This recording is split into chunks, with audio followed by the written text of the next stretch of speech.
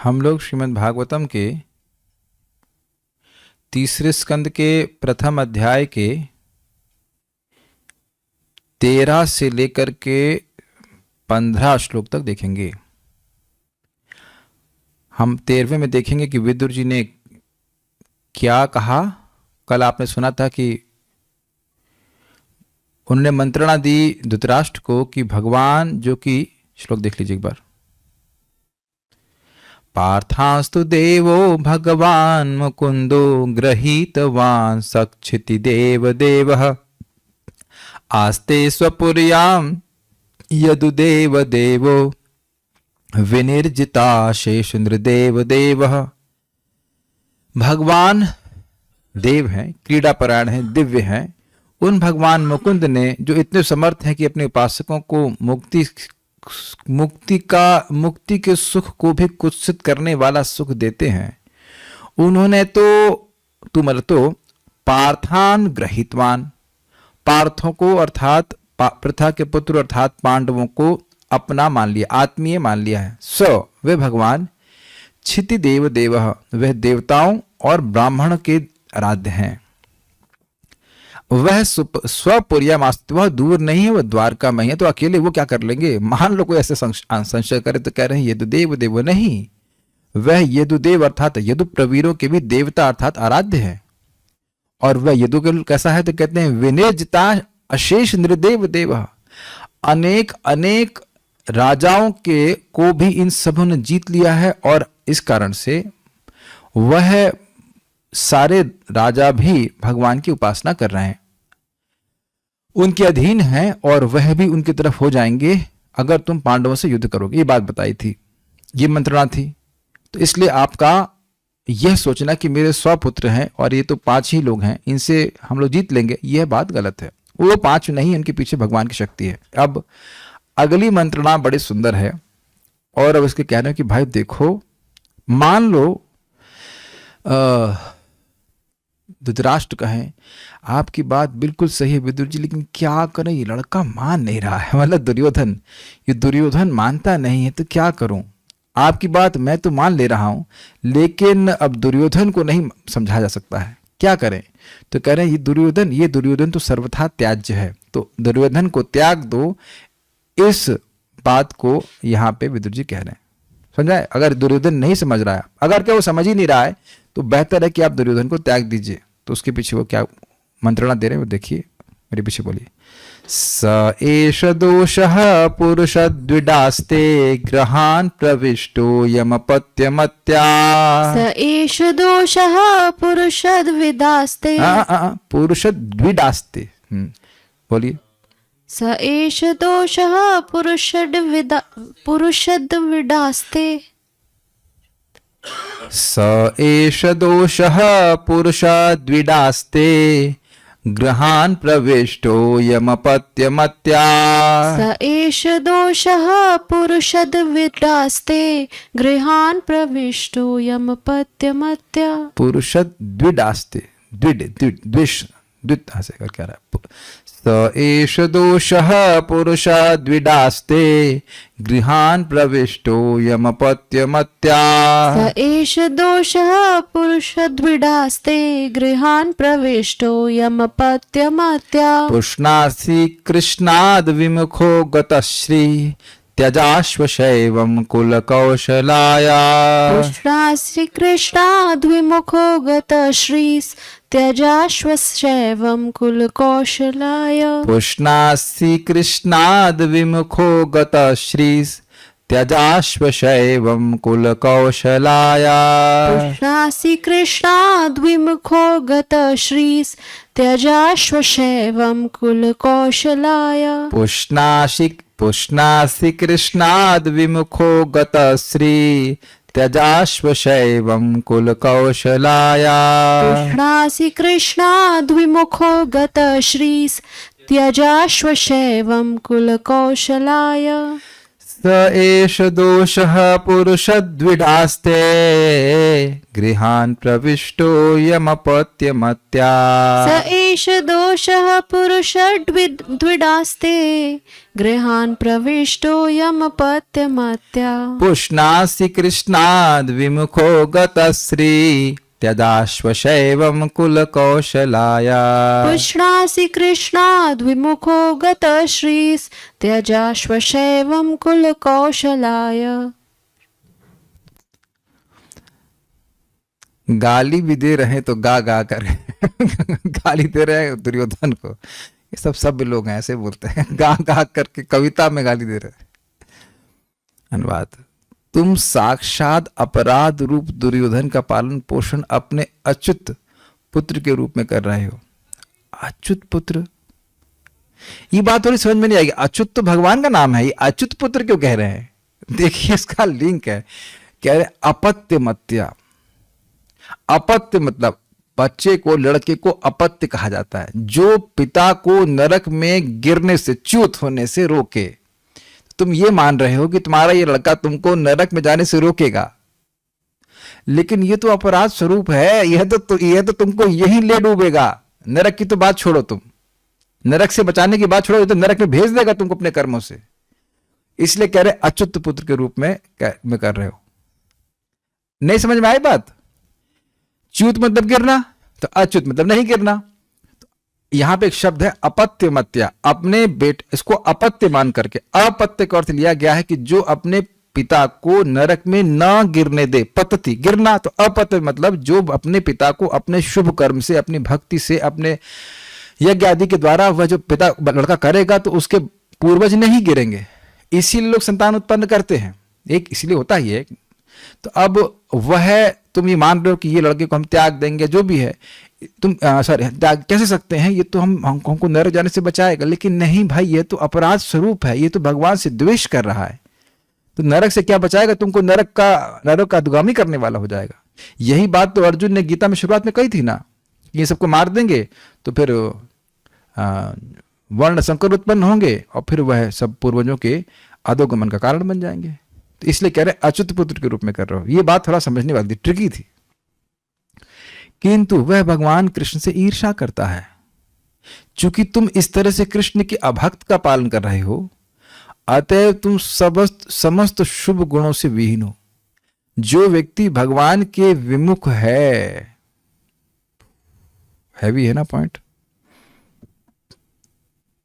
उस व्यक्ति का पोषण करने से हम शुभ गुणों से विहीन हो जाते हैं।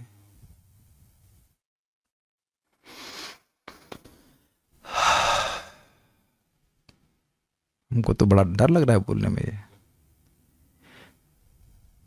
क्योंकि अब प्राय बहुत से गृहस्थ भक्तों के बच्चे भक्त नहीं होंगे।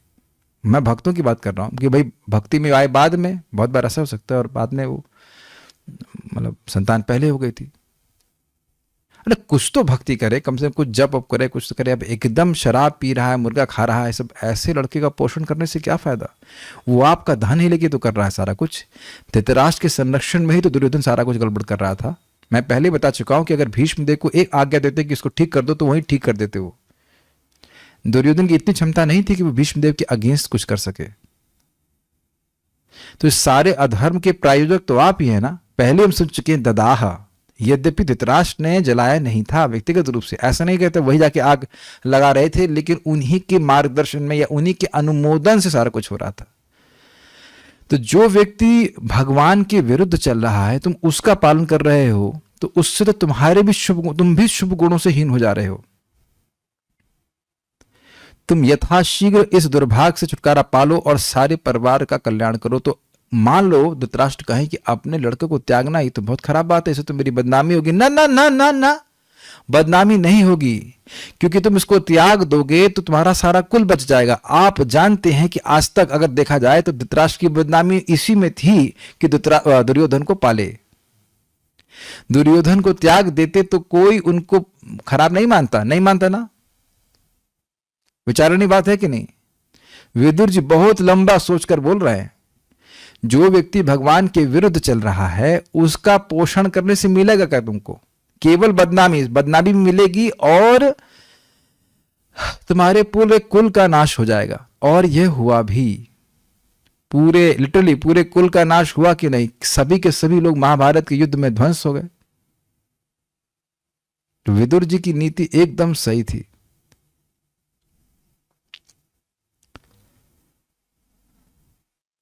यम, अच्छा एक बात ध्यान रखिएगा, ये कहां बोल रहे हैं? धृतराष्ट्र की सभा में। कौन है वहां पे उपस्थित लोग? कौन है? दुर्योधन है, शकुनी है, कर्ण है, वो सामने उपस्थित हैं। और विदुर जी इतने, इंग्लिश में कहेंगे, क्या कहेंगे उसको, करेजियस हैं कि वो स्पष्टतः बोलने का सामर्थ्य रखते हैं। यम, जिस दुर्योधन की बात यहाँ, ऐसा नहीं कि दुर्योधन अपने घर में बैठा हुआ है और अब ये केवल धृतराष्ट्र से बात कर रहे हैं। ध्यान देना इस बात को। दुर्योधन के सामने ही उसको राज्य से बाहर निकालने के लिए कह रहे हैं। उसको उसी के सामने उसके पिताजी कह रहे हैं कि इसको त्यागो। इसीलिए अगला, ये बात ध्यान रखिएगा, तभी अगला श्लोक समझ में आएगा। मैं समझा पा रहा हूं। दुर्योधन के सामने, सबके सामने विदुर जी के पास ये क्षमता थी। देखिए, ऐसा ही व्यक्ति वास्तविक रूप से मंत्रणा दे सकता है जो निर्भीक है। विदुर जी यह क्या वो जानते नहीं थे कैसे बोलेंगे तो क्या होगा? काफी संभावना थी कि उनको निकाल दिया जाता, लेकिन वह क्योंकि वाकई शुभचिंतक थे, इसलिए वह सही बात बोल रहे थे। भगवान के भक्त हैं, निर्भीक हैं, भगवान पे आश्रित हैं, इसलिए ऐसा बोल सकते हैं। आप अच्छा चलिए बताइए, मान लीजिए आप वहां होते, आपकी हमारी हिम्मत होती कि दुर्योधन के सामने सब बोलेंगे? तुरंत गला काट देगा। बोलिए, नहीं काट देगा। विदुर जी कितने अद्भुत साहसी व्यक्ति हैं। देखिए, दुर्योधन के सामने ही बोल रहे हैं कि इसको त्यागो। बड़ी अद्भुत, सामने बोले दुर्योधन के त्याग दो। खैर, यम, जिस दुर्योधन को अपत्यमत्या, आप अपना पुत्र मानकर पुष्णासी, उसका पालन पोषण कर रहे हैं। ये समझ में आया शब्द का अर्थ? अपत्य मतलब होता है जो अपने पिता को गिरने न दे। पत मतलब गिरना, पतंती गिरना। अपति मतलब जो नहीं गिरे। तो अपत्य मत्या, मत्या मतलब ऐसी मति है आपकी कि ये मेरा अपत्य है, अर्थात मुझको नरक में नहीं गिरने देगा। तो कह रहे हैं इसलिए आप उसका पुष्णासी, उसका पालन पोषण कर रहे हैं। जो वो चाहता है, जैसे वो चाहता है, आप उसका सुविधा प्रदान कर रहे हैं। तो स एष दोष, यह मूर्तिमान दोष है, अर्थात जिसको आप बेटा मान रहे हो वह तो साक्षात दोष है। स एष, ये देख रहे हैं आप? बताइए कि किसी को भरी सभा में इस तरह से बोला जाए, तो एक सज्जन पुरुष को भी भरी सभा में अपमान किया जाए तो उसे बहुत बुरा लगता है। और पूरी सभा में ये दुर्योधन, ये दोष है। आप बताइए दुर्योधन का क्रोध कितना ज्यादा हो जाएगा। ये तो वो तो वैसे ही खलराज है। तो कह रहे स एष दोष, यह मूर्तिमान दोष है। क्या दोष है? और नहीं, स एष दोष गृहान प्रविष्ट, और आपके घर में प्रवेश कर गया। ये बेटा नहीं है। उसको आचार्यों ने बोला घर का एक और अर्थ है, आपकी बुद्धि में भी प्रवेश कर गया है। घर में तो कोई व्यक्ति प्रवेश करे तो उसके अनुसार चलने वाले थोड़े ना हम लोग हैं, लेकिन वह बुद्धि में भी प्रवेश कर गया। जैसे आप जानते हैं भगवान श्री राम की लीला में कैकेयी के घर में तो थी मंथरा, उनकी बुद्धि में भी प्रवेश कर गई थी। इसलिए बिल्कुल विपरीत बात सोच रही थी। आपको पता है, लीला सब जानते कि कैकेयी भगवान श्री राम को बहुत प्रेम करती थी, लेकिन मंथरा की मंत्रणा ले करने के कारण वो उसका दिमाग बिल्कुल भगवान राम के विरुद्ध चलने लगा। बताइए, कोई व्यक्ति सोचेगा कि भगवान राम को जंगल भेज दिया जाए? वो बहुत खुश थी, लेकिन देखिए असत्संग कितना प्रभाव होता है। जब भगवान की मां पे ऐसा प्रभाव हो सकता है तो हम पर क्या होगा? सोचिए, मां ही थी ना, प्रेम करती थी भगवान श्री राम से। तो कह रहे इसकी वजह से तुम गड़बड़ चल रहे हो। ना सिर्फ तुम्हारे घर में प्रवेश कर गया है, अपितु तुम्हारी बुद्धि में भी प्रवेश कर गया है। तो क्यों ऐसा कह रहे हैं? पुरुषद्विड।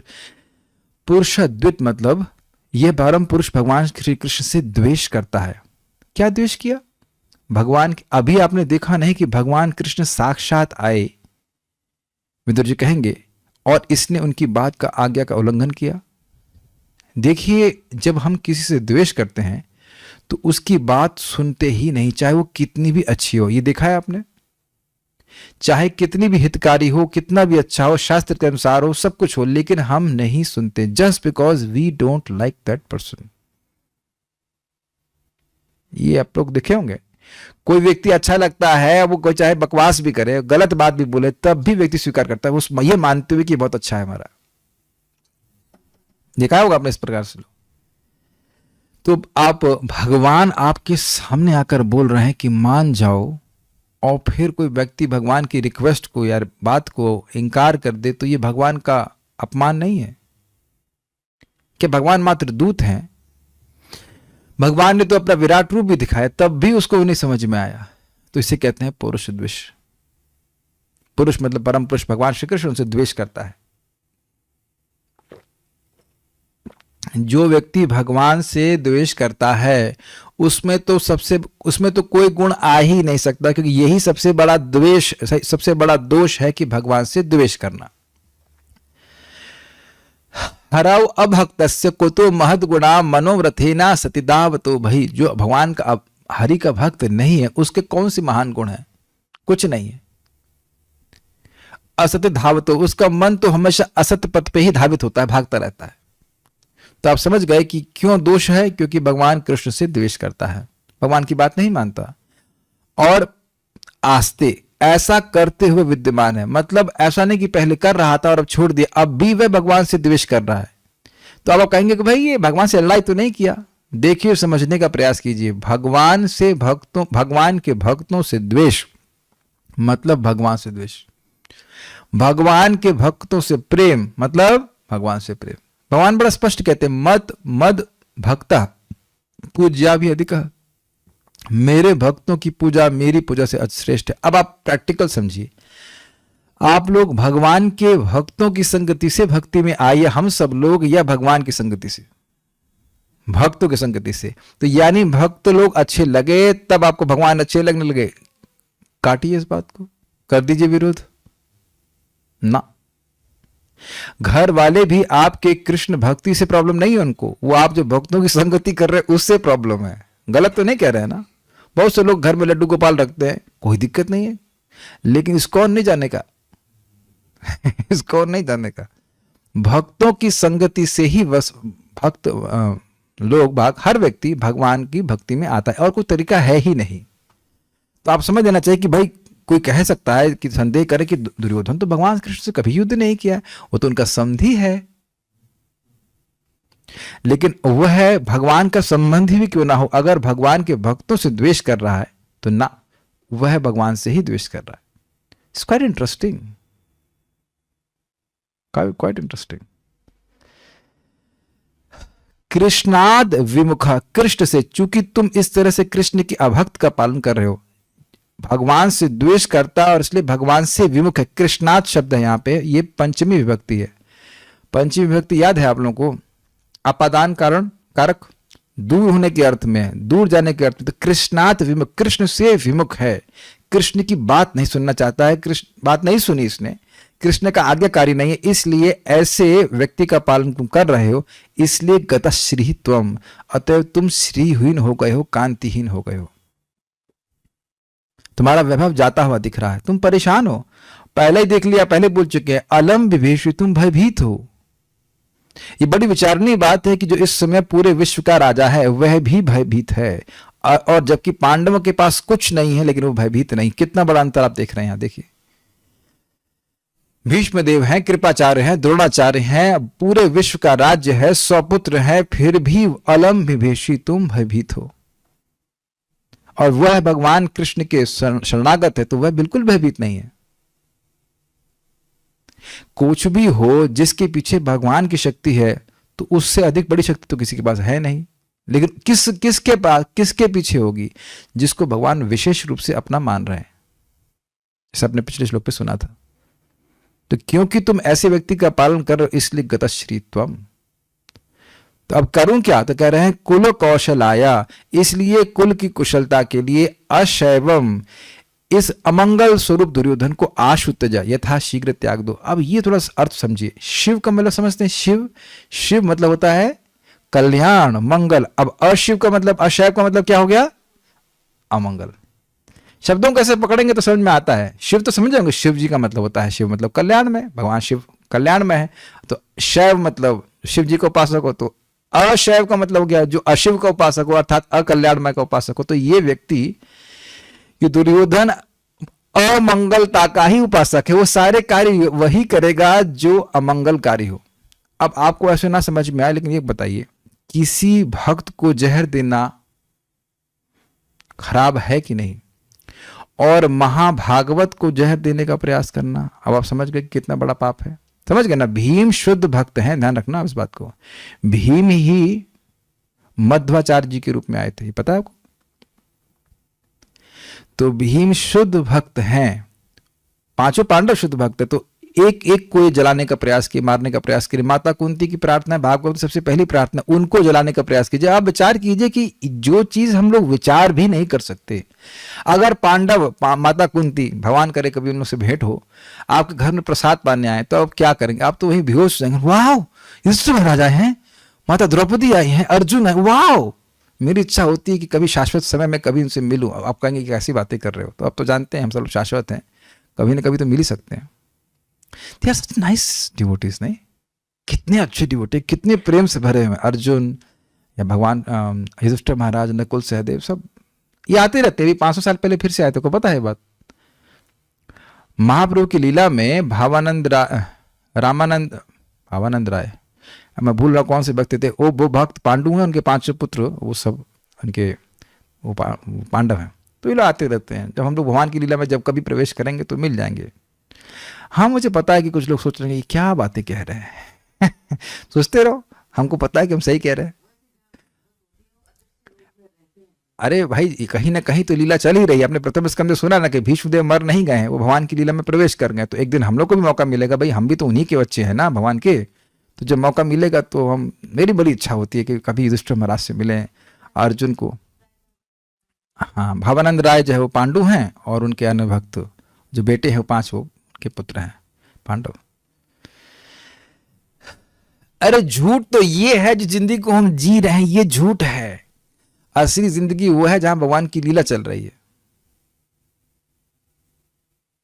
ठीक है, तो ये सब बातें हैं, तो उसको त्याग दो। कभी आपकी लड़ाई हुई इस तरह से कि कोई व्यक्ति रही में पागलपन कर रहा हो और उसको बोले यार तुम पागल हो गए हो, तो फिर क्या बोलेगा? तू पागल, तेरा बाप पागल ऐसे बोलने लग जाता है। देखा आपने कभी ऐसे हो जाता है? तो यहाँ बहुत सच्चे दिमाग, मतलब सच्ची बुद्धि से, ठीक बुद्धि से कह रहे हैं कि इसको त्याग दो, ये बात ध्यान रखना। और यही दुर्योधन के खिलाफ बोलेगा, इसको त्यागो, विदुर को त्यागो, विदुर को त्यागो। ये कह रहे हैं कि ये अमंगल स्वरूप है, और इनका दुर्योधन से कोई द्वेष नहीं है, ये खाली वास्तविकता को बता रहे हैं कि वाकई अमंगल स्वरूप है। तो यही बात अब दुर्योधन इन पे पलट के मारेगा, नहीं ये अमंगल स्वरूप है, इसको निकालो यहां से जस्ट रिएक्टिंग। ऐसा नहीं है कि वो कुछ सोच के बोल रहा है। तो आप देखिएगा, ये बात ध्यान रखना कि क्या बोला था कि इसको त्याग दो। उसको बड़ा गुस्सा है दुर्योधन को अभी देखना क्या होता है। श्रीधरी, यदि आप कहें कि क्या करूं, दुर्योधन नहीं मानता है, मान लो धृतराष्ट्र जी विदुर जी से कहते हैं, तो उसका उत्तर है कि दुर्योधन तो मूर्तिमान दोष है, तुम उसकी बात मान ही क्यों रहे हो? और वह आपके गृह में प्रवेश कर गया है। उसके दोष स्वरूप होने का कारण यह है कि वह भगवान श्री कृष्ण से द्वेष करता है। अब तो स्पष्ट समझ में आ रहा होगा, जिसको आप अपना अपत्य संतान मानते हैं वह आपका अपत्य नहीं है, क्योंकि अपत्य तो उसको कहते हैं जिसके कारण मनुष्य का पतन ना हो, और आपका तो पतन हो रहा है, तो यह अमत्य कैसे हुआ? सॉरी, अपत्य कैसे हुआ? आप तो उसी के कारण भगवान श्री कृष्ण से विमुख हो गए हैं और आपकी श्री समाप्त हो गई। अब देखिए, बड़ी गंभीर बात है, ये थोड़ा सा कर्रा लग जाएगा किसी व्यक्ति को, हो सकता है। लेकिन अब कोई व्यक्ति बच्चों को खिलाने में ही अपना जीवन व्यतीत कर रहा है, खिलाने का मतलब समझे ना, खेल खिलाने की बात कर रहा हूं। मान लो से कथा चल रही है और वहां छोड़ करके वो बच्चों को ही खिला रहा है, तो भगवान से विमुख हुआ कि नहीं? अब सुबह वो जप ही नहीं कर पाए, तो बच्चे ही उसकी भगवत विमुखता को बढ़ाने के कारण हो गए कि नहीं हो गए? Is it not? ये सब बातें हैं। देखिए, बात यह है कि ना हम लोग गृहस्थ हैं, ना हम किसी के माता हैं, ना किसी के पिता हैं, ना कुछ। ये बात आपको स्वीकार करनी ही पड़ेगी, यही सत्य है।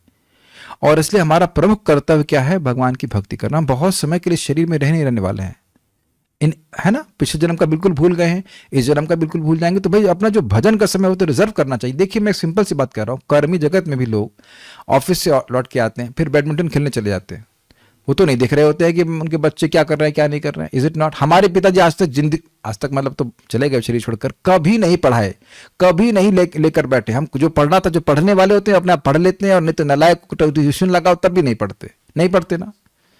मेरे को आज तक मुझे याद नहीं पिताजी कभी पढ़ाए। एक दो बार पढ़ाने का प्रयास किया, वैसे मेरी पिताजी से जब बनती नहीं थी तो हम आपसे नहीं पढ़ेंगे, मम्मी से थोड़ा बहुत पढ़ लेंगे, आपसे नहीं पढ़ेंगे। कुछ गलत तुम नहीं कह रहे हैं ना। और पढ़ाई में तो मैं मतलब विद ऑल ड्यू रेस्पेक्ट ठीक ही था। तो जिसको पढ़ना होता है वो पढ़ लेता है, जिसको नहीं पढ़ना होता नहीं पढ़ता। लेकिन आप अपनी पढ़ाई तो मत बंद कीजिए ना। ये है ना, सबसे बड़ी पढ़ाई तो यही है कि व्यक्ति भगवान की भक्ति करके भगवान के पास चला जाए। राज्य विद्या राजयोग उसको ही छोड़ देगा तो फिर मतलब क्या, पूरा जीवन ऐसे निकल जाएगा। हमने अरे यार हमने तो अपने लिए कुछ किया ही नहीं। Our life is not meant for like that.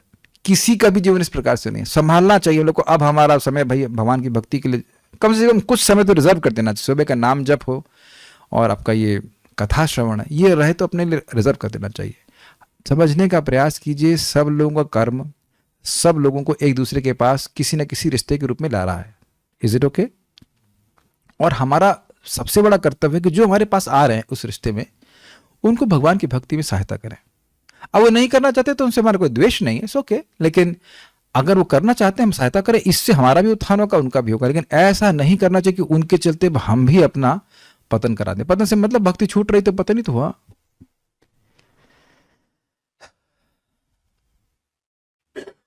ठीक है, तो अब मान लो धृतराष्ट्र का मैं कैसे श्री कृष्ण से विमुख हो गया? भाई हम तो भगवान से झगड़ा नहीं किए, तो आपके सामने ही भगवान आए थे ना दूत बनकर।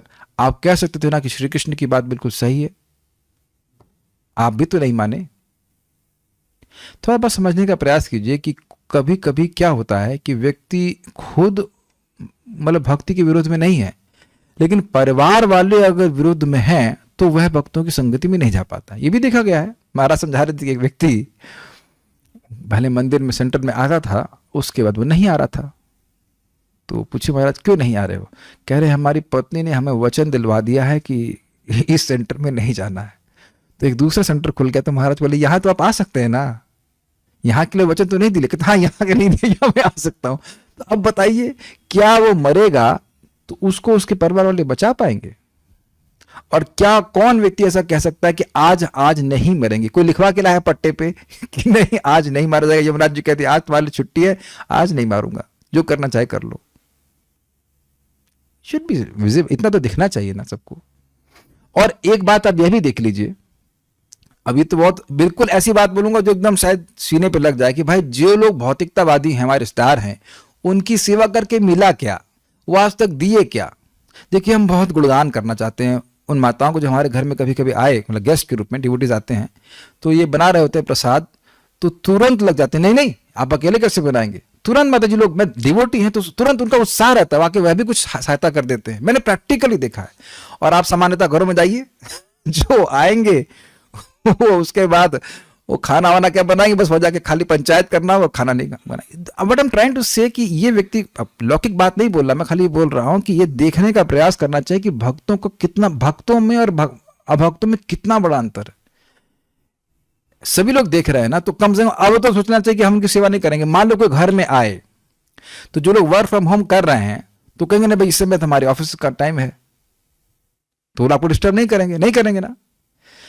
तो ऐसे कई भाई हमारा वो क्लास जाने का समय है। देखिए जब हम ब्रह्मचारी आश्रम में थे तब भी हमारे कुछ रिश्तेदार गौशाला में आते थे, तब भी क्लास होती थी। वो जानते थे तो क्लास में जाएगा। वो क्लास में नहीं आते थे तो ना, हमारे भाई जो मेन रिश्तेदार है उनसे तो हमारे रिश्ता समझाना है ना, रिश्ता बना के चल रहा है। उसी प्रकार से अब भी कभी क्लास रुक रही है कि हमारे कोई, कभी बोला हूं कि हमारे कोई रिश्तेदार आ गया है इसकी वजह से हम क्लास में नहीं आएंगे। रिश्तेदार को पता है कि तो क्लास में जाएंगे हमको छोड़ के चले जाएंगे, कोई दिक्कत, तुम आओ या मत आओ, that's how we should live. बुरा लग रहा है ना तुमको, बुरा लगने तो तुम्हारे अच्छा लगने से भी तुम कर क्या लोगे ये बताइए। मैं खराब बर्ताव करने के लिए नहीं बोल रहा हूं, लेकिन हमारी भक्ति कॉम्प्रोमाइज नहीं होनी चाहिए, ये मैं खाली बोल रहा हूं। कोई घर में आए तो उसे प्रेम से रिसीव करना चाहिए, सही बात है, प्रसाद देना चाहिए, सब कुछ देना चाहिए, लेकिन ये नहीं कि हम अपनी ही भक्ति को भूल जाए। और यहां पे ये हो रहा था। भगवान धृतराष्ट्र का भगवान से वैर एक्चुअली है नहीं, लेकिन भगवान के विरुद्ध वो चलने के लिए बाध्य हो गया था क्योंकि उसे अपने बेटों से प्रेम था। Is it okay? तो ये बात बोल रहे कि आप इसके चलते भगवान से विमुख हो रहे हैं तो आपकी सृष्टि समाप्त हो गई। ठीक है, अतएव यह दुर्योधन अमंगल स्वरूप है, इसका आप शीघ्र ही त्याग कर दें। क्यों अमंगल स्वरूप है? तो बड़ा हृष्ट पृष्ठ है इत्यादि। जिस भी व्यक्ति के कारण हमारी मति भगवान से हट रही है वह हमारे लिए अमंगल स्वरूप है। ये बात समझने का प्रयास कीजिए। यदि कहें कि पुत्र का त्याग कैसे किया जाए तो इसका उत्तर है कुल कौशलाय।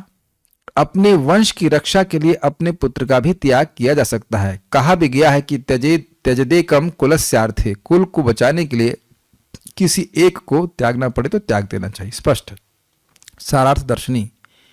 किंतु मेरा पुत्र दुर्योधन इसका विरोध करेगा। धृतराष्ट्र यदि ऐसा कहें तो उसके उत्तर में विदुर जी कहते हैं यह मूर्तिमान दोष है। अभी सुनिए, तथा वह आपके 10 करोड़ जन्मों तक किए गए पापों के फल स्वरूप उत्पन्न हुआ है। ये हमको बड़ी मजेदार बात लगी। क्यों मजेदार बात लगी? जब मैं उसको पढ़ा तो मुझे बहुत हंसी आई थी ना। क्यों भाई? इस जगत में प्रसिद्ध है कि कोई व्यक्ति बहुत पुण्य करता है तो उसका लड़का उत्पन्न होता है, ऐसा बोला गया है। और हमने सुना है इस तरह से कि इनको 100 पुत्र प्राप्त करने के लिए 100 जन्म तक पुण्य करने पड़े थे ताकि ये 100 पुत्रों के मरने का दुख देख सकें। ये पता है आपको बात? क्योंकि ये क्या नाम है इनका, धृतराष्ट्र को ये समझ नहीं आ रहा था कि मुझे इतना दुख क्यों प्राप्त हुआ 100 बच्चों को अपने सामने मरता हुआ देखने के लिए। तो उन्हें कहा कि एक बार तुम 100 जन्म के पहले की बात बता रहे थे व्यासदेव जी कि तुम उससे पहले एक बहेलिया थे और तुम एक पक्षी को मार दिए। एक पक्षी को उसके सामने उसके 100 पक्षी बच्चों को मार दिए थे, भेंद दिए थे। सही बोल रहा हूं क्या?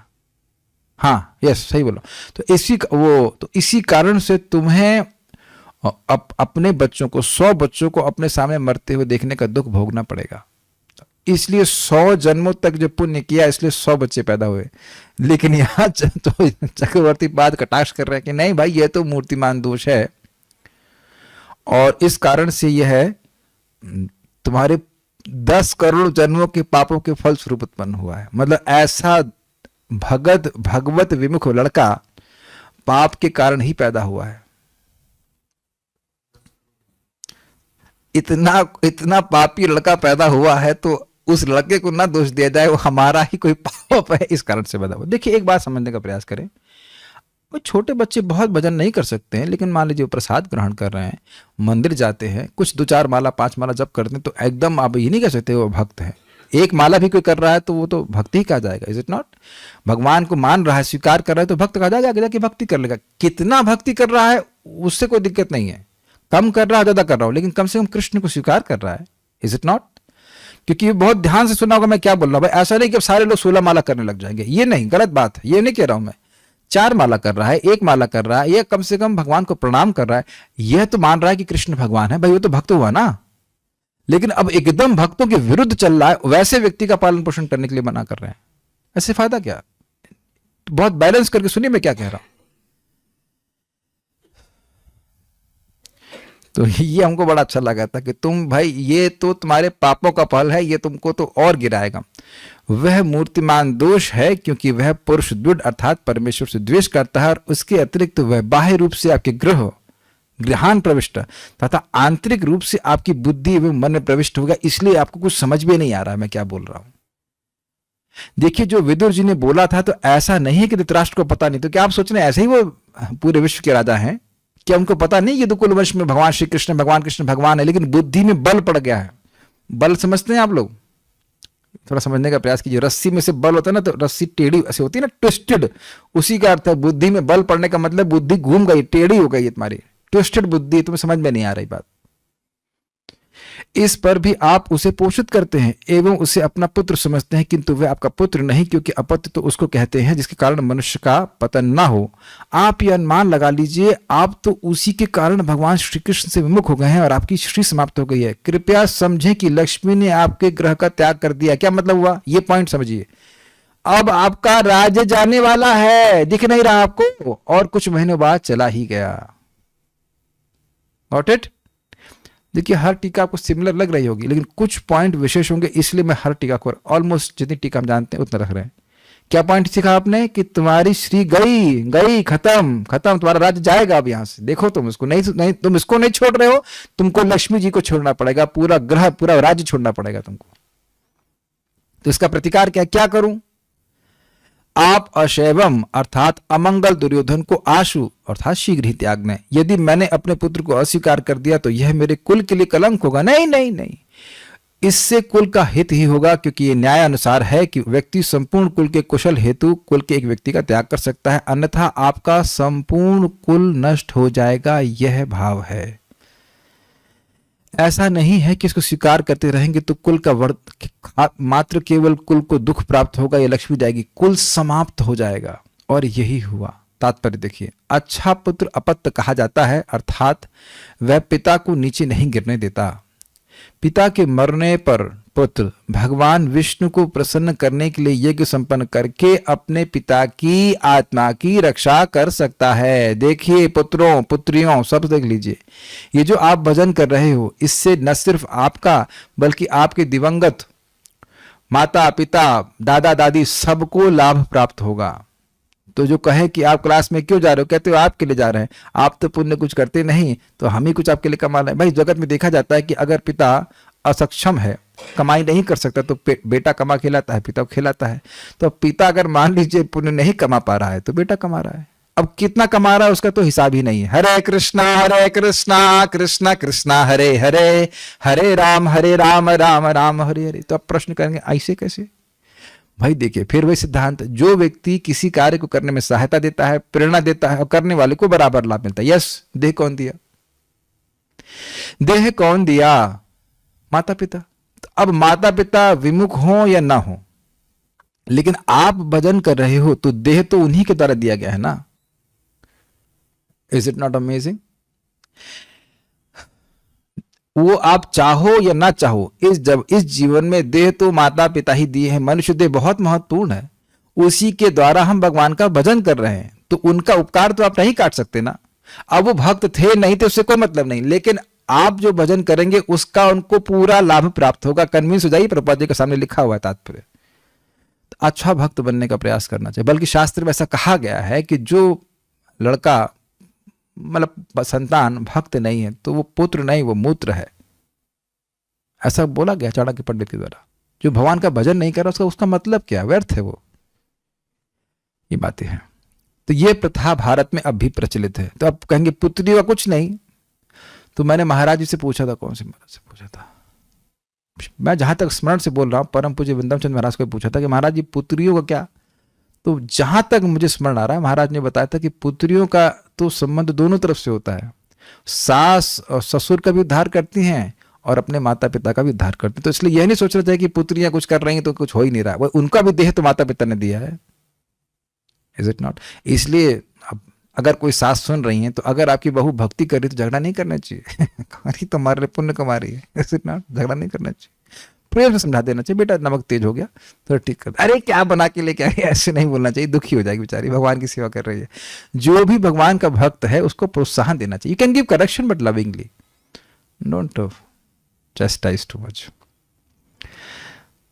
प्रैक्टिकल बातें समझानी होती भाई। अपने पिता की मृत्यु के पश्चात पुत्र भगवान विष्णु के चरण कमलों पर यज्ञ करने के लिए जाता है, और इस तरह पिता पथच्युत यदि हो गया हो, पिता की आत्मा को उद्धार करता है। ये हमने सुना था भगवद गीता के 3 अध्याय की महिमा में। वहां पे जरा नाम का ब्राह्मण था और उसका पुत्र 3 अध्याय का पारायण करता और उसी से उसके पूर्वजों का उद्धार का मतलब वैकुंठ की प्राप्ति करा देता, इतना शक्तिशाली था। किंतु यदि पुत्र पहले से विष्णु का शत्रु हो तो भला ऐसे शत्रु भाव में वह भगवान विष्णु के चरण कमलों में यज्ञ कैसे कर सकता है? श्री कृष्ण प्रत्यक्ष भगवान विष्णु हैं और दुर्योधन उनकी ओर शत्रुवत था। अतएव वह अपने पिता धृतराष्ट्र की मृत्यु के बाद उसकी रक्षा नहीं कर सकता था। विष्णु की ओर अपनी श्रद्धा विहीनता के कारण उसका तो स्वयं का पतन होना था। किसका पतन? दुर्योधन का। तो फिर वह अपने पिता की रक्षा कैसे कर सकेगा? विदुर ने धृतराष्ट्र को सलाह दी कि यदि वह अपने परिवार का कल्याण देखना चाहता है तो यथाशीघ्र वह दुर्योधन जैसे अयोग्य पुत्र से अपना पिंड छुड़ा ले। जैसे एक बहुत रुचिकर घटना 34 स्कंद में आएगी, महाराज अंग की, जो कि ध्रुव महाराज के वंशज हैं। उनका बेटा हुआ वेण, जो कि बिल्कुल विष्णु के विरुद्ध था, तो महाराज और बहुत क्रूर था। तो महाराज अंग इतना दुखी हुए, पहले उसको बहुत सुधारने का प्रयास किए। महाराज अंग महान भक्त थे भगवान के, विष्णु के। तो जब देखे वो नहीं समझ रहा है, नहीं हो पा रहा है, तो बच्चे को मार तो सकते नहीं थे, तो वह राज्य छोड़ करके चले ही गए वन में, अपनी पत्नी को लिए चले गए, अपनी रक्षा की। तो यदि आप देख रहे हैं कि भाई बच्चे को बहुत समझाया, नहीं समझ रहा है, तो अपने को डिस्टेंस कर लीजिए। डिस्टेंस समझ रहे हैं, ठीक है, वो मानना छोड़ दीजिए कि लड़का है। ये देखिए केवल मान्यता की बात है कि लड़का है, कोई किसी का लड़का नहीं है, लेकिन मान्यता के चलते अगर हमारी भक्ति डाउन हो रही है तो फिर दूर कर लेना ही अपने आप को अच्छा है। okay? चाणक्य पंडित की नीति उपदेशों के अनुसार ऐसे पुत्र से क्या लाभ हो, जाना विद्वान है न भगवत भक्त। यदि पुत्र भगवत भक्त नहीं है तो वह अंधे नेत्रों के समान पीड़ा का कारण होता है। कभी कभी चिकित्सक ऐसी व्यर्थ आंखों को उनके गोलकों से निकाल देने की सलाह देता है, जिससे निरंतर पीड़ा से छुटकारा मिल सके। दुर्योधन अंधे कष्टकारक नेत्रों के तुल्य था। वह धृतराष्ट्र के परिवार के लिए महान विपदा का स्रोत होगा, जैसा कि विदुर ने पहले ही देख लिया था। अतः विदुर ने अपने ज्येष्ठ भ्राता को इस कष्ट के स्रोत से छुटकारा पाने की ठीक ही सलाह दी थी। धृतराष्ट्र जैसे साक्षात अपराध को इस भ्रमपूर्ण धारणा से पाल पोस रहा था, धृतराष्ट्र ऐसे साक्षात अपराध को यानी दुर्योधन को इस भ्रमपूर्ण धारणा से पाल पोस रहा था कि दुर्योधन अच्छा पुत्र है, जो अपने पिता को मुक्ति दिलाने में समर्थ है।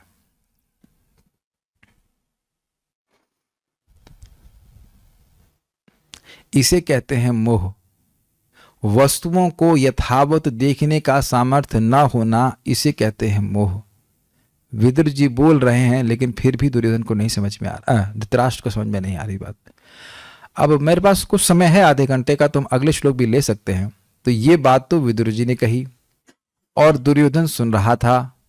अब दुर्योधन ने कहा साधु साधु ना, साधु वादो पुनहिता, साधुओं के द्वारा बात स्वीकार्य थी, असाधु लोग उस बात को स्वीकार नहीं करेंगे। तो दुर्योधन ने क्या प्रतिकार किया, वह हम आज ही सुनने वाले हैं। कहां गया 14वां श्लोक देखिए। आप समझ ही रहे होंगे कि अब दुर्योधन कितना गुस्सा कर रहा था। तो जो विदुर जी बोल रहे थे कि ये मूर्तिमान अपराध है, तो इस मूर्तिमान अपराध ने अपराध करना शुरू ही कर दिया विदुर जी के प्रति भी। मेरे पीछे बोलिए। इत्युचिवांस्तत्र सुयोधनेना प्रवृद्ध कोपस्फुरिताधरेणा।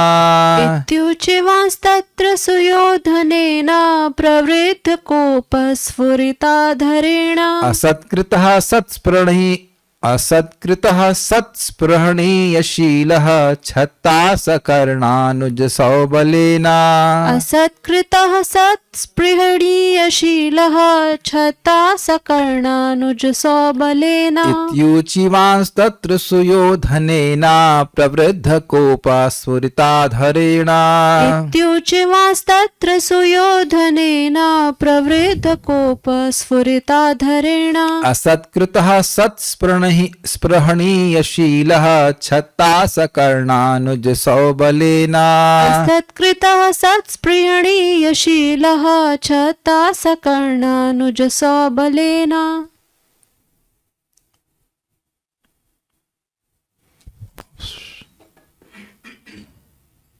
विदुर, जिनके चरित्र का सभी सम्मानित व्यक्ति आदर करते थे, जब इस तरह बोल रहे थे तो दुर्योधन द्वारा उनको अपमानित किया गया। ये हो गया ना मूर्तिमान अपराध।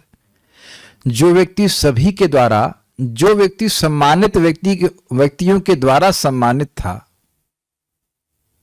ऐसे सुंदर चरित्र वाले व्यक्ति की बात को ना सुनकर उनका अपमान कर रहा था। ये दिखाता है कि उसकी बुद्धि भ्रष्ट ही थी। दुर्योधन क्रोध के मारे फूला हुआ था और उसके होंठ फड़क रहे थे। दुर्योधन कर्ण अपने छोटे भाइयों तथा अपने मामा शकुनी के साथ था। तो क्या बात थी, अब वो जो बोलेगा उसका कारण था उसका क्रोध। लेकिन आप देखते हैं इस जगत में कि अगर कोई व्यक्ति क्रोधित होता है, गाली देने लगता है, तो साथ में जो सत्पुरुष होते हैं तो वो समझाते हैं अरे भाई शांत हो जाओ, शांत हो जाओ। लेकिन इनके संग कौन से सत्पुरुष थे? कर्ण और छोटे भाई अर्थात दुशासन आदि और शकुनी। तो यह तो और उसका समर्थन ही करेंगे। ये एक और दिक्कत होती है, कहते हैं ना, एक तो करेला और दूसरा नीम चढ़ा। खुद ही व्यक्ति खराब है और करेला रहता और नीम पे चढ़ जाएगा तो और कड़वाहट आ जाएगी। तो जो उसके साथ में लोग थे वह भी उसको समझाने वाले नहीं थे कि भाई देखो विदुर जी कह रहे हैं, हमको उनकी बात मान लेनी चाहिए, हम लोग को सुधर जाना चाहिए। वो विदुर जी का भी अपमान करेगा जो कि उसके चाचा है। आपको पता होना चाहिए कि चाचा है और बहुत अच्छे चाचा है, और कितना खराब बोलेगा देखते समय मिलेगा तो हम आज सुनने का प्रयास करेंगे। इति, इस प्रकार सत्स्पृहणीय शीला, सत का मतलब होता है सम्मानित, भगवान के भक्त, और स्पृहणीय मतलब जिसकी स्पृहा की जानी चाहिए, और शील का अर्थ होता है सुंदर स्वभाव। तो सत्पुरुषों द्वारा भी वांछित ऐसे वांछित गुणों से युक्त छत्ता उचिवान विदुर कह रहे थे। समझ में आया? विदुर जी के गुण कैसे हैं, शील कैसा है, सुंदर स्वभाव कैसा है, जो सत्पुरुषों के द्वारा भी स्पृहणीय, मतलब इच्छा कर रहे हैं वैसे गुण आ नहीं रहे। अच्छे लोग जो सम्मानित लोग हैं उनके पास भी सारे गुण होना संभव नहीं है, लेकिन वह भी विदुर जी के गुणों को की स्पृहा करते थे। भाई हम सभी लोग भक्ति कर रहे हैं, लेकिन प्रहलाद महाराज के समान तो नहीं है ना। तो प्रहलाद महाराज का जो शील स्वभाव है उसकी हम लोग स्पृहा कर रहे हैं। स्पृहा का मतलब यह नहीं कि हमको गुण प्राप्त हो गए। तो जिस व्यक्ति को वो गुण प्राप्त हो, जो जिसको अच्छे लोग जिसकी स्पृहा कर रहे हैं, तो वो व्यक्ति कितना अच्छा होगा। आप समझ गए बात? तो जो वो ऐसा बोल रहे थे, तत्र, तत्र मतलब वहां उस सभा में, कर्ण अनुज च, छोटे भाइयों मतलब दुशासन आदि के साथ, सह सौबलेना शकुनी के साथ, कोप प्रवृद्धा, क्रोध से फूले हुए तथा स्फुरित, फड़कते हुए, होठ उसके फड़क रहे थे। क्रोध से फूल गया दुर्योधन और होठ उसके फड़क गए। अधरेणा, होठों वाले सुयोधनेना, दुर्योधन ने असत्कृता, उनका अपमान किया। जिनके गुणों का सम्मान, जिनके गुणों की स्पृहा सम्मानित लोग करते थे, उनका इस व्यक्ति ने अपमान किया। ये देख रहे हैं कि क्रोध का कितना खराब प्रभाव है। क्रोध में व्यक्ति को विवेक ही नहीं रहता कि वो बोल क्या रहा है। लेकिन अगर उसमें कुछ अच्छे लोग साथ में हो तो कम से कम सुधर सकता है। तो वह भी उसको समझाने वाले नहीं थे, वो तो और उसको उकसाते थे कि गलत ही बोलो। समझ गए ना? श्लोक देख लीजिए। इति उचिवांस तत्र, तत्र मतलब वहां उस सभा में, इति इस प्रकार उचिवान बोले।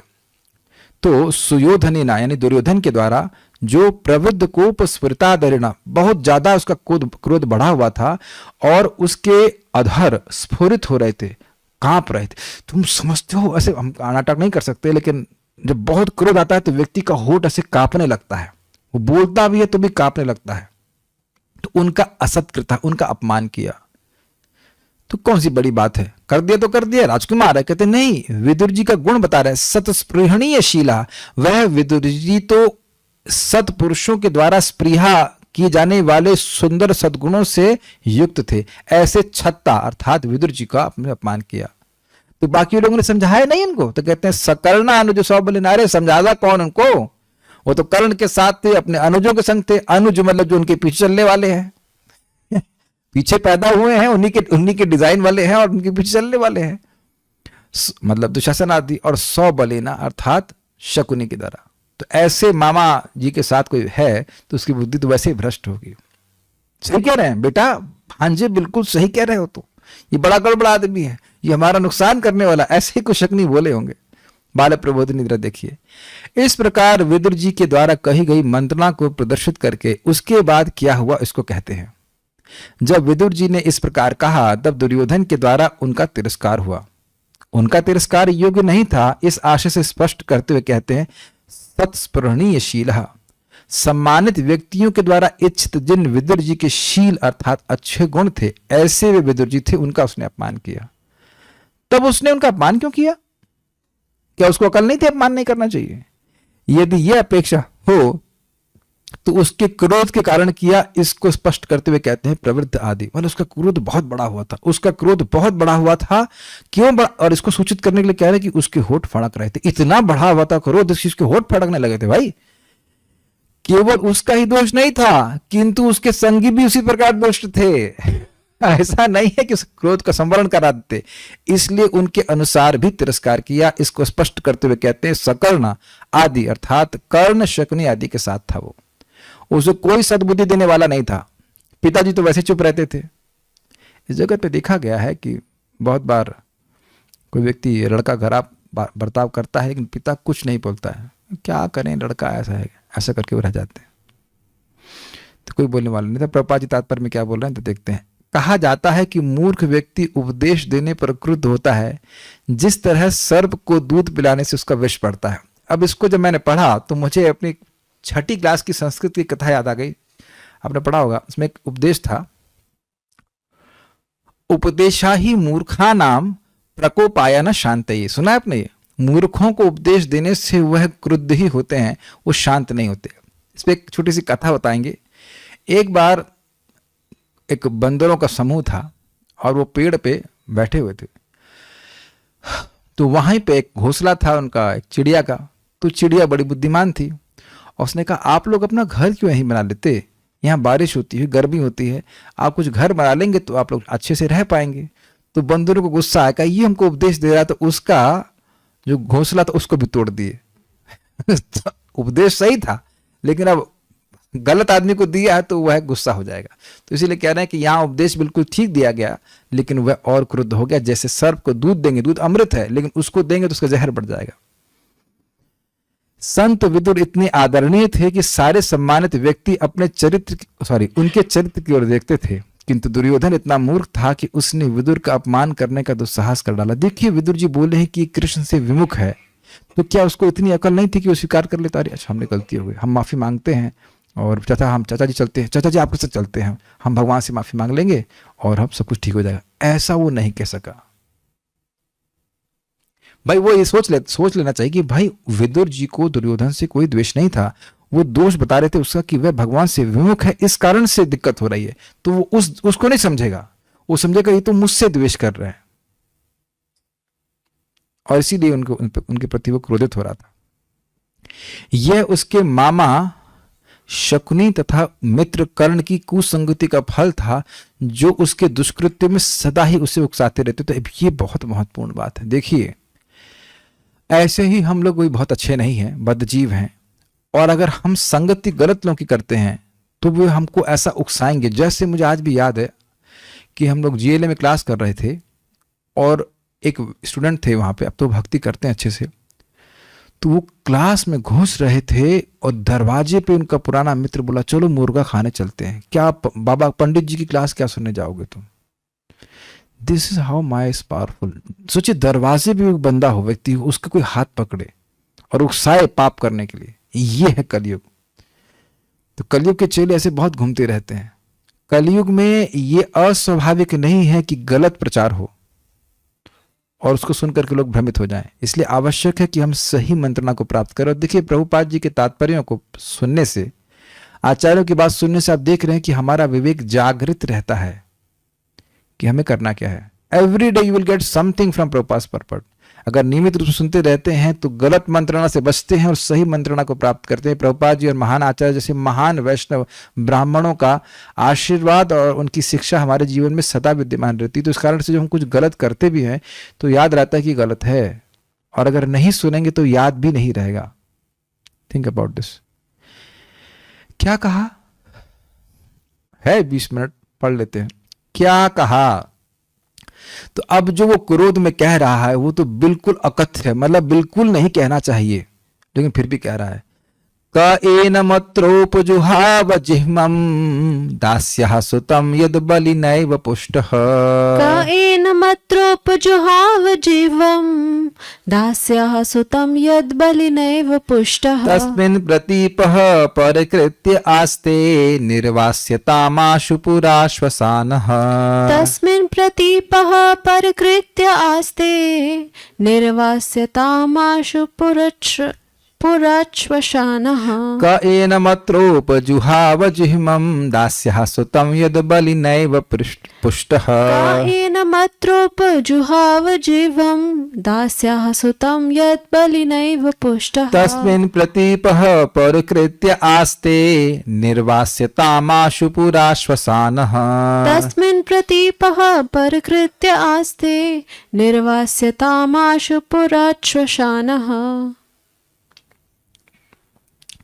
इस दासी को पुत्र को यहां आने के लिए किसने कहा है? कौन कहा था? तो महाराज कहते हैं तुम्हारा बाप ही कहा था।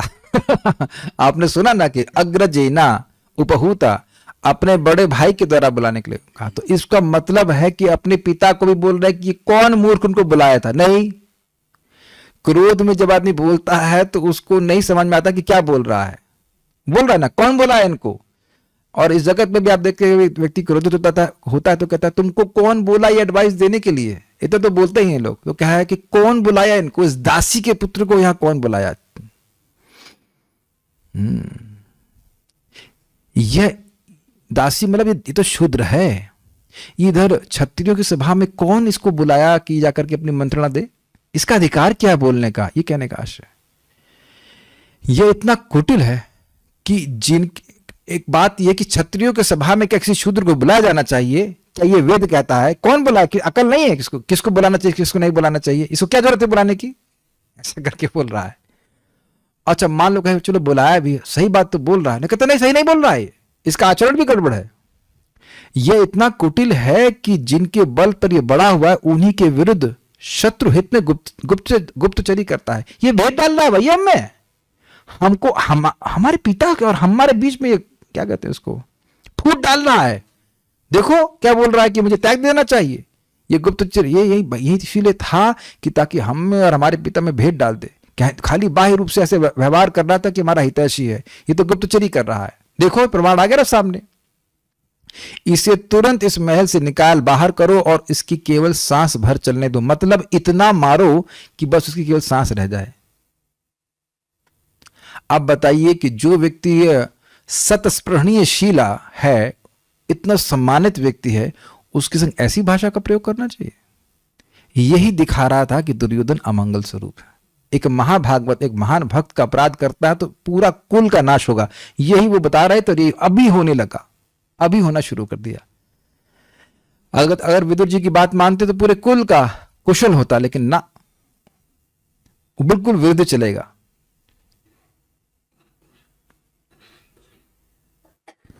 फूल्स फ्ली, क्या सुख है। मूर्ख लोग वहां इकट्ठे होते हैं जहां पे सत्पुरुष जाना भी नहीं चाहते। इंग्लिश में कुछ एक कहावत है, मैं भूल रहा हूं पे, where angels fear to tread, ऐसे करके कुछ है। एनम झिमम, इस कुटिल दास्याम सुतम, दासी पुत्र को अत्र यहां सभा में कहा उपजा हवा, कौन बुलाया हुआ? यत बलिना, जिसके अन्न के बल से, बलि मतलब भेंट होता है, यानी यत बलिना एव, जिसके अन्न के बल से निश्चय ही पुष्ट हुआ है, तस्मिन प्रतीपः परकृत्य आस्ते, उसके प्रतिकूल शत्रु के हित में यह स्थित है। परकृत्य में दूसरे का कृत्य कर रहा है। अब धृतराष्ट्र कहें भाई ये मेरा तो कुछ नहीं कर रहा है गड़बड़ा, ये तो मेरे कुल के कौशल के लिए बोल रहा है। तो जब इसका ये कह रहा है कि यत मतलब जिसके, इसका आशय है कि ये मेरे बोल रहा है। ये जबकि ये बोल रहा है यत मतलब जिसके, तो जिसके का मतलब किसके?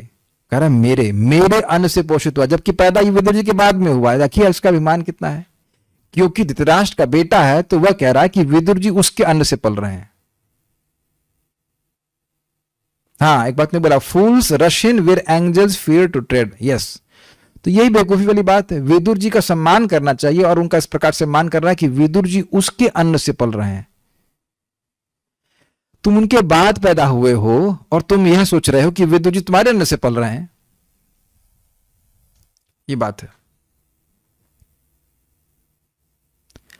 तो इस प्रकार से जिसके बलिना एवा, जिसके अन्न के बल से ही ये पुष्ट हुआ है, उसके विपरीत चल रहा, ये कुटिल है। इसलिए आशुशोसाना पुरात निर्वास्यताम, शीघ्र ही इसकी सांस भर चलने दो तथा महल से बाहर निकालो उसको। ये महल अपवित्र हो रहा है इससे। क एनम अत्रोपजहाव जिह्वम, इस कुटिल को कौन बुलाया यहां पे? मतलब क्या जरूरत है इसकी, बाहर निकालो उसको, ये डिस्टर्ब कर रहा है। ये बात है, ऐसे बोल रहा है। क्या दिक्कत है? कहते हैं दास्या सुतम, किसकी बात कर रहे हैं आप? तो कहते हैं दास्या सुतम, और यह भी नहीं कह रहे हैं कि ये ऐशा विदुर जी, ऐसा नहीं बोल रहा है। एनम ये इसको कौन बुलाया, ऐसे बोल रहा है कि नहीं। एनम का मतलब क्या हो, इसको कौन बुलाया, इस दासी के पुत्र को कौन बुलाया? इस तरह से एकदम अपमानजनक भाषा। दास्या सुतम यद बलिनैव पुष्टः, जो दासी का पुत्र है और यत जिसके बलि से ही पुष्ट हुआ है, मतलब जिसके भेंट से ही ये जी रहा है, तस्मिन प्रतिपा, उसी का मतलब मेरा ही यह प्रतीप अर्थात प्रतिकूल व्यवहार कर रहा है। क्यों? परकृत्य आस्ते, वह तो मेरे शत्रु का लाभ करना चाहता है। वो तो ये तो इतनी मुश्किल से हमें ये तिकड़म लगाकर राज्य मिला है और राज्य पन्नों को देने की बात कर रहा है। हमको डरा रहा है कि यदुकुल इसके साथ में है, ये है, पूरा हमको डराता है।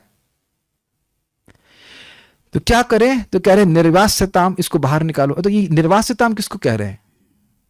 इसको बाहर निकालो किसको कह रहे हैं पता है? जो पिछले श्लोक में आया था, कर्ण, शकुनी और उनके जो भाई थे दुशासन आदि को। ये भीष्मदेव को नहीं कह सकता ऐसा। न तो ये भीष्मदेव को कह रहे हैं और न ही द्रोणाचार्य को कह रहे हैं, न कृपाचार्य को कह रहे हैं। ये सामर्थ्य उनको नहीं है ऐसा कहने का। केवल जो उसके चेले उनको बोला निर्वास्यता, निकालो इसको निकालो, क्योंकि जानता है कि अब धृतराष्ट्र के सामने ऐसा कर तो ना सकता है। बोल जरूर सकता है लेकिन ऐसा कर नहीं सकता है कि विदुर जी पे हाथ उठाए या कुछ करे। कर भी नहीं पाए लेकिन जबान से बोल रहा था। जनरली आप देखेंगे जो कुछ कर नहीं पाते हैं वो बोलते हैं बस। इतनी क्षमता नहीं थी कि विदुर जी को अब हाथ से कुछ कर सके, लेकिन बोल रहा है कि पुराश्वसान, बस इसकी सांस भर रह जाए, निकालो शहर से, घर से, शहर से निकाल दो। ये नहीं कि महल से निकाल दो, पूरा मतलब हस्तिनापुर से ही बाहर निकाल दो इसको। इस प्रकार से उसने अपमान किया। तो अब स्पष्ट समझ में आ रहा है कि विदुर जी घर क्यों छोड़े। बाल प्रबोधनी उसके द्वारा किए गए तिरस्कार को ही यहां प्रदर्शित करते हैं। इस मंत्रणा के प्रसंग में एनम अर्थात विदुर को कौन बुलाया है?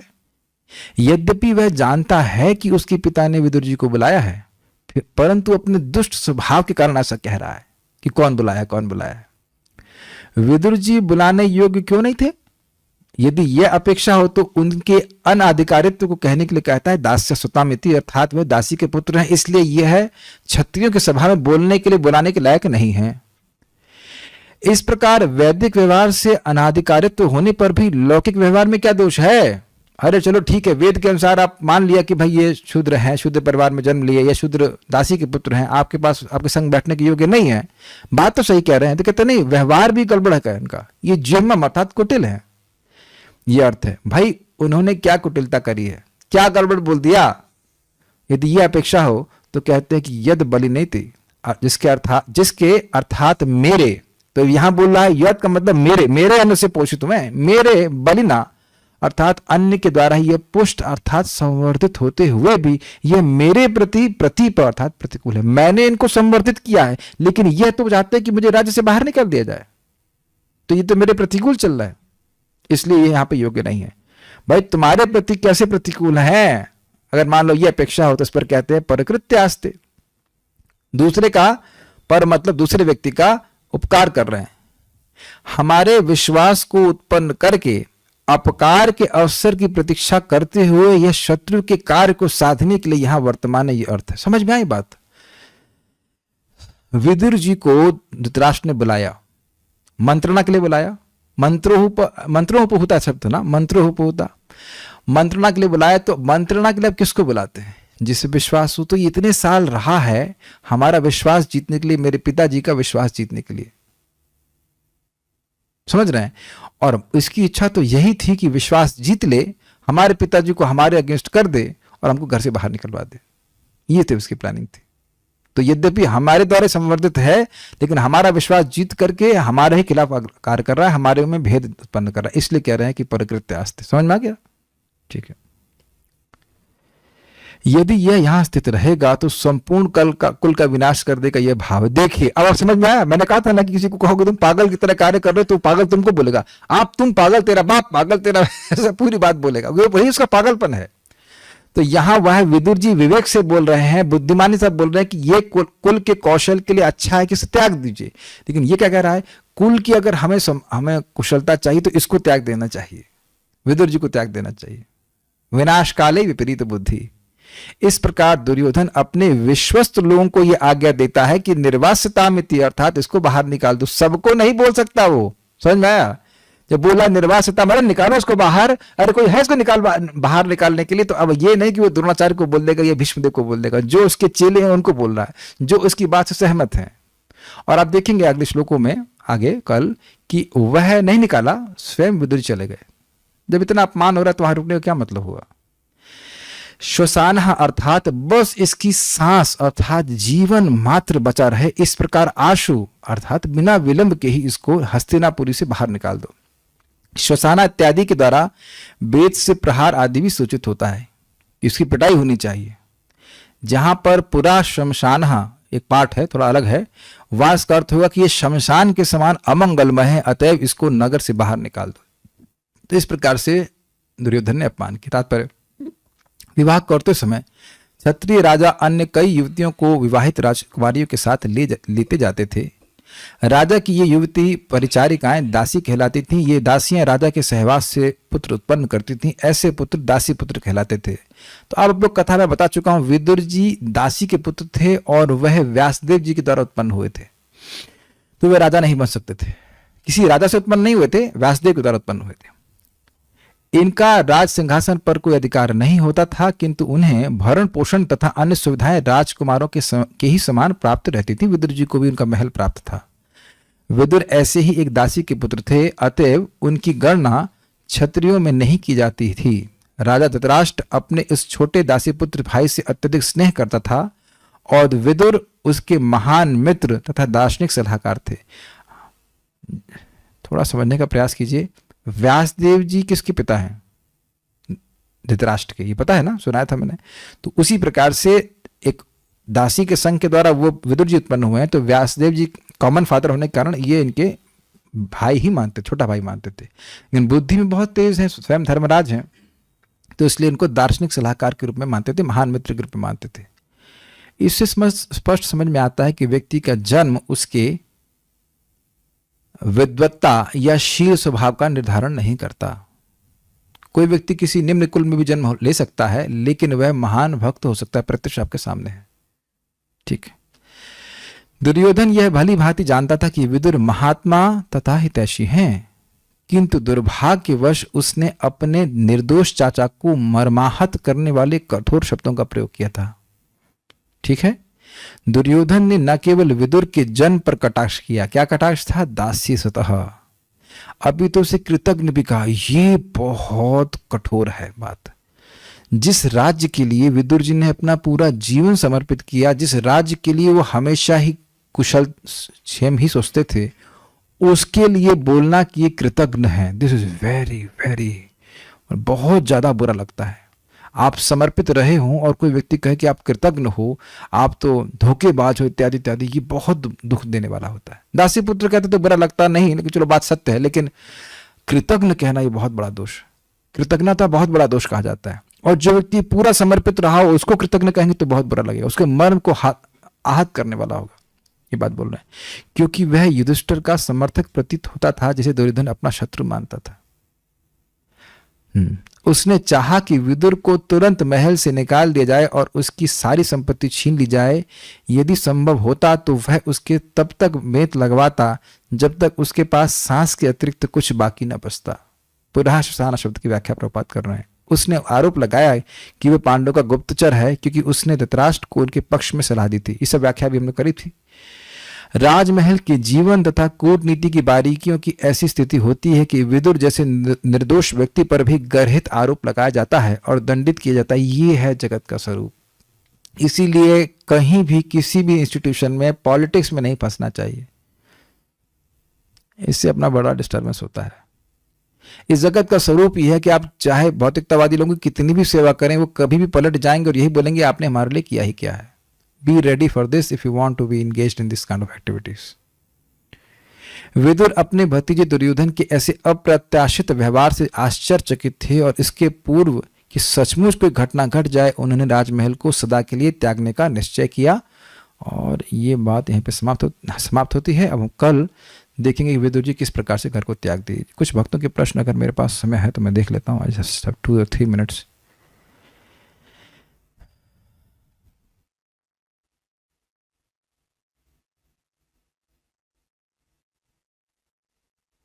और क्या है?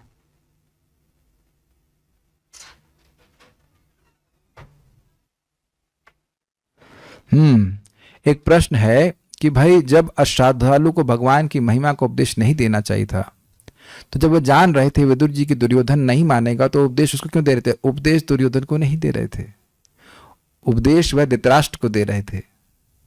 और क्यों दे रहे थे आपको याद है? जब अपने अग्रज, अपने बड़े भाई के द्वारा उनको बुलाया गया था, तब आए थे वो।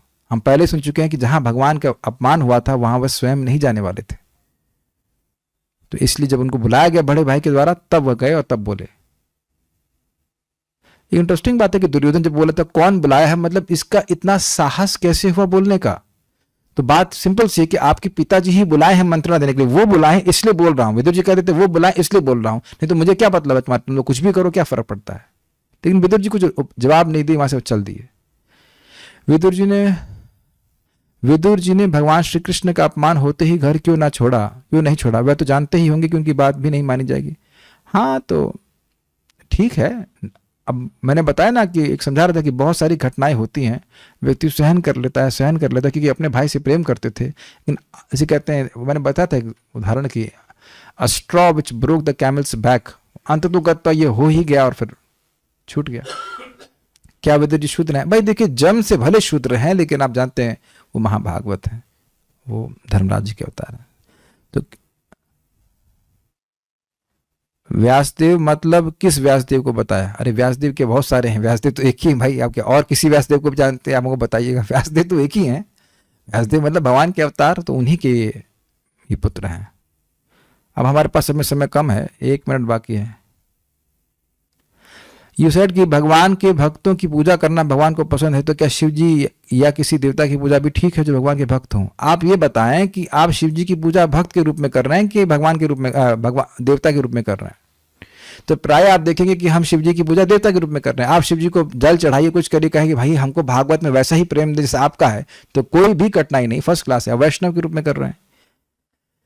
लेकिन मेरा तो एक प्रश्न ये है कि आपको भगवान की पूजा से टाइम मिल गया है? प्लीज रेज हैंड्स अगर आप ये कह दें कि आप भगवान की पूजा बिल्कुल सही तरह से कर रहे हैं। यही जितना सेवा करना चाहिए तो कर नहीं पा रहे, सोना खाने में जीवन जा रहा है, और आप कह रहे हैं किसी अन्य देवता की पूजा करेंगे। काफी अच्छा उत्तर लगा था, एक भक्त ने बोला, और हमने कहा बिल्कुल सही बात है, भगवान की ही सेवा पूरी तरह से नहीं हो पा रही है, तो पहले वो तो पूरी हो जाए।